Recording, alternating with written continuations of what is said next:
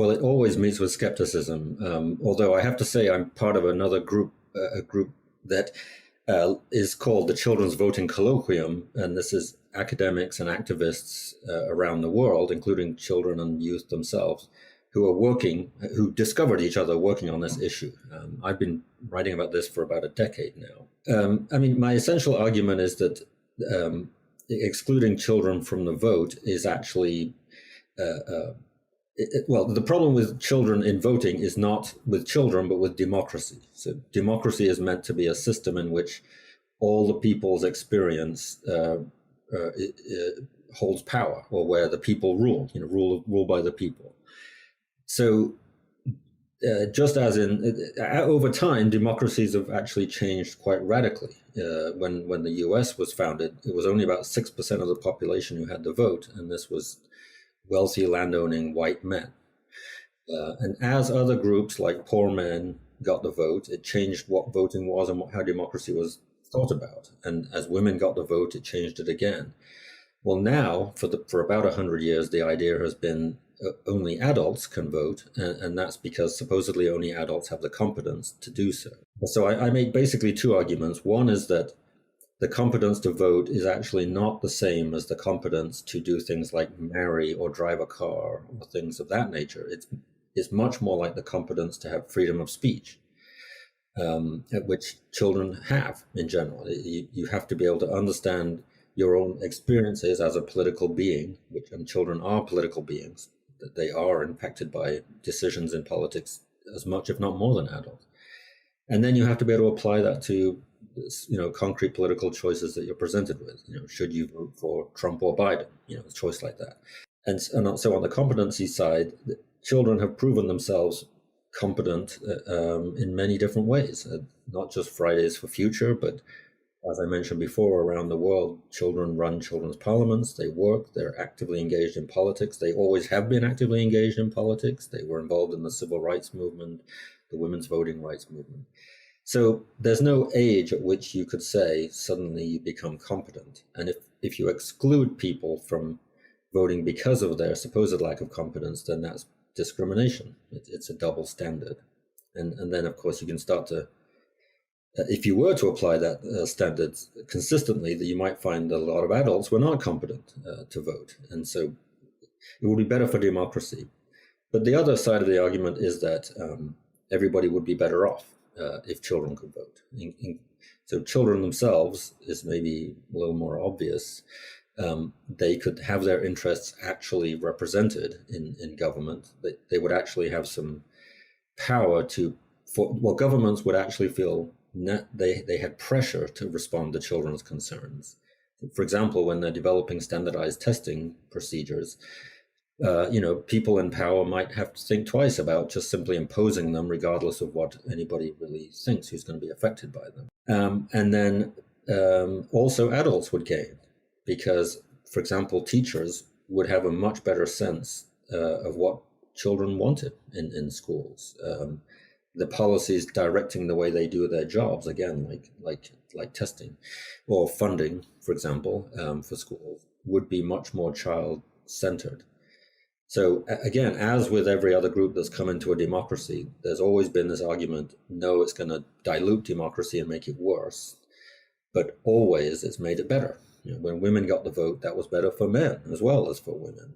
And the reason is that democracy actually works.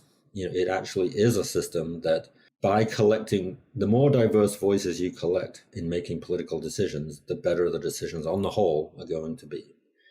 So that's my argument. Of course, I run into all kinds of objections.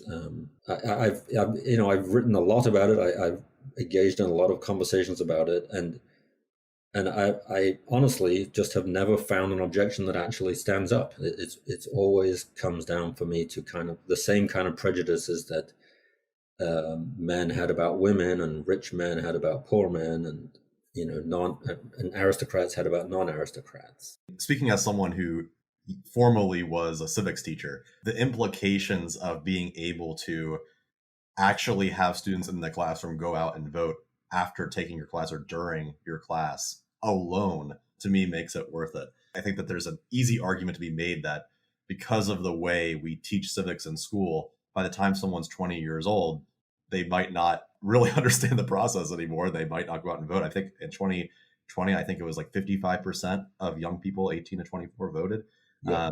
which is insane. Like that's such a low number. Well, young people are taught right away that their voice doesn't count. That they can have a civics class in which they learn about what adults do and what they will themselves do when they're adults. But the clear implication is you yourself don't have any. We don't trust you to be involved in this process, and that's, I think, why we have such low. In most societies, the young adults have lower rates of voting than older adults. You have to kind of get used to the idea that, I actually do count around here. But I think you would have a stronger democracy if people actually grew up thinking they were part of it and deserved to be heard. I also make the argument in my book that the ways in which democracies are currently sliding into autocratic and authoritarian types of regimes, and this is a worldwide phenomenon. Most of the largest democracies in the world are actually run by fairly authoritarian leaders, and we still have Trump here, so we still have that, and even in our own country. It is because people have been taught from a young age that what is democracy? Well, it's what people more powerful than you do, and we need to trust our betters to leaders because we don't actually know anything about it. And learning that in your formative years is probably the worst thing that could happen for a democracy. And it's like we're discussing this at a moment where, those children who don't have voting rights, they are taking up civil disobedience to make their point and be heard. And the world has never seen a generation that went into sort of civil disobedience before they started voting, but they're finding their ways around it to be heard, and also in very powerful ways, and they're making very grounded arguments. It's great to see that, and they're impacting, the political policies, political priorities in very effective ways.